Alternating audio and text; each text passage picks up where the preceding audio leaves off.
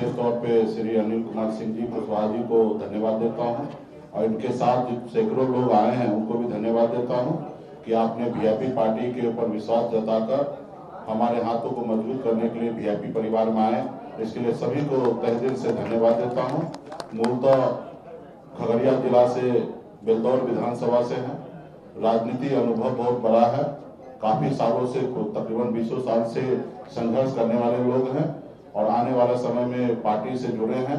Party के विचार को लेकर खगड़िया में कैसे पार्टी मजबूत हो, कैसे क्षेत्र में बेलदौर मजबूत हो, इसके लिए काम करेंगे। इसके लिए मैं इनके और इनके सारे साथी को बहुत बहुत धन्यवाद देता हूँ। आप लोगों को कुछ पूछना है?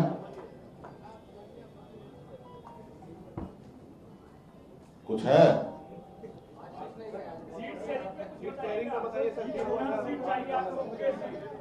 सीट गठबंधन 243 सीट पर हम लोग लड़ रहे हैं और सीट शेयरिंग का भी हम लोग इंटरनल बैठक कर रहे हैं, लगातार बैठक कर रहे हैं।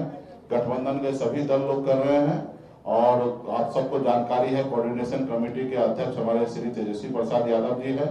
हमें इस मंच पे से बोलना उचित नहीं होगा।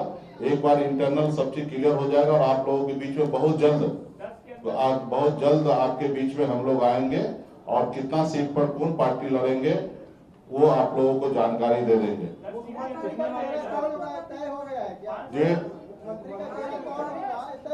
ये सब चीज का जो भी आप सवाल कर रहे हैं, मुख्यमंत्री कौन होंगे, डिप्टी सीएम कौन होंगे, कितना सीट पर कौन पार्टी लड़ेंगे, कहां से लड़ेंगे, इस सब चीज का जो जानकारी है हम लोग गठबंधन के प्लेटफॉर्म पे से देंगे। जो भी मिलेगा वो सब हम लोगों को सबको पता है और आने वाला समय में आप लोगों को जानकारी देंगे। आप उम्मीद भी जो भी लेके चले गठबंधन के बीच में रखें अपनी बात को, वहां से सब चीज क्लियर होगा। आपको पता है कि बिहार में हमारी ताकत क्या है, हमारे विचार क्या है। बिहार में हम लोग सरकार बनाने के लिए आ रहे हैं। आपको पता है कि वीआईपी पार्टी के साथ क्या ताकत है। तो ये सब चीज है। सीट तो आपको देना नहीं है, सीट गठबंधन से तय होगा और मजबूती से हम लोग काम करेंगे। और किसी को तो देखिए बिहार में सरकार जो है वो आईसीयू में चला गया है। नीतीश कुमार जी अस्वस्थ है। हम तो भगवान से कामना करेंगे कि नीतीश जी स्वस्थ हो। उनके परिवार से आग्रह करेंगे कि नीतीश जी को सही से उपचार कराना चाहिए।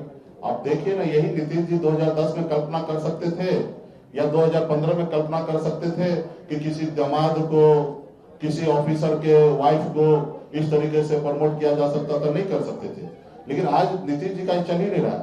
उसके अलावा अभी देखिएगा चुनाव के लिए पूरा तैयारी किया जा रहा है। तो आज जून का महीना चल रहा है, ट्रांसफर पोस्टिंग का महीना है। पैसा लाखों करोड़ों में लूट हो रहा है पटना में।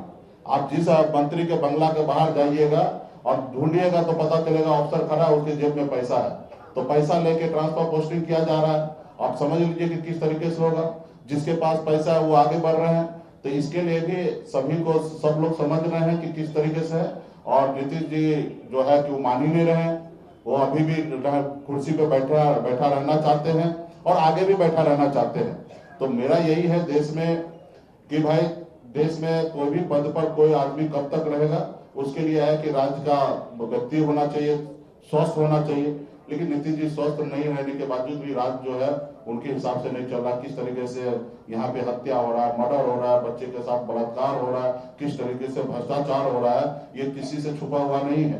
किस तरीके से सरकार का पैसा कोई पार्टी अपने प्रचार करने के लिए, अपने वाहवाही करने के लिए 1-2 रुपया नहीं, सैकड़ों करोड़ रुपया खर्च किया जा रहा है। इससे पहले भी यूपीए के सरकार के समय में आप देखते होंगे कि इस तरीके का घोषणा जो होता था वो दिल्ली से वहां से बटन दबा के कर दिया जाता था। लेकिन आज क्या किया जा रहा है?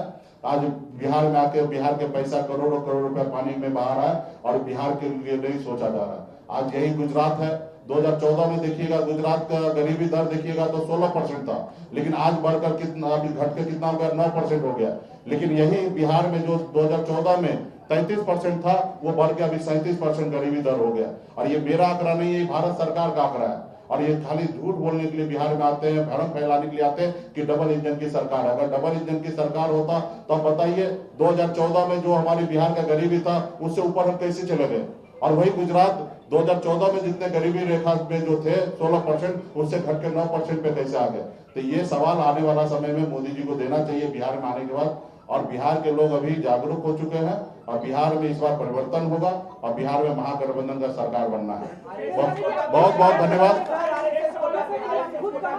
हाँ, तो यहाँ पे तो है ना, कुछ दल जो है सामने से गठबंधन में है और कुछ दल जो है संगठन जो पर्दे के पीछे से गठबंधन में है।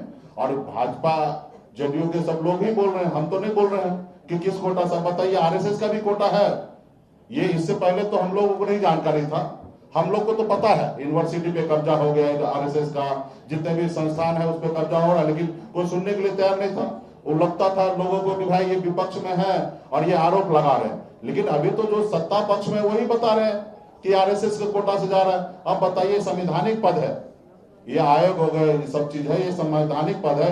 यहाँ पे जो भी व्यक्ति हो वो न्यूट्रल होना चाहिए, किसी दल के बारे में नहीं सोचना चाहिए, वो अपने राज्य के प्रति, नागरिक के प्रति सोचना चाहिए। अगर वहां पे अगर आरएसएस के लोग अगर पहुंच रहा है तो निश्चित तौर पे वो आरएसएस के एजेंडा पे बात करेंगे, आरएसएस के बारे में बात करेंगे। तो आने वाला समय में हम लोग काम करने के लिए जाएंगे। आने वाला अभी भी आप देखिएगा बिहार में, जिसके पास पैसा है, जिसके पास पहुंच है, जो अच्छे परिवार से आते हैं उनको अच्छी जगह पोस्टिंग हो रहा है। वही गरीब है, एससी है, ओबीसी है, अति पिछड़ा है, उनको ढकेल के किसी ब्लॉक में बैठा देता है, किसी गांव में उनको भेज दिया जाता है। लेकिन वही जिसके पास पैसा है, जिसकी पहुंच है, उनको पटना में पोस्टिंग करता है, उनको तनख्वाह के अलावा 16% अतिरिक्त पैसा उनको मिलता है।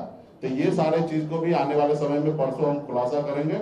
और बिहार में अभी सही नहीं चल रहा है। इस सरकार को, बिहार के हर नागरिक को, हर व्यक्ति को जवाबदेही बनता है कि उसको बदले। और आप सभी मीडिया के साथी से भी आग्रह करता हूं, इसमें आप लोग भी हमारा सहयोग कीजिए। वो सब जानकारी देंगे, चुनाव लड़ेंगे और जहां से भी लड़ेंगे आपको जानकारी देंगे। बहुत बहुत धन्यवाद आपको। जहां से आप पहले लड़े थे वहीं क्यों देख रहे हैं? हम 243 सीट है, सुरक्षित सीट छोड़कर बिहार में कहीं से भी लड़ सकते हैं।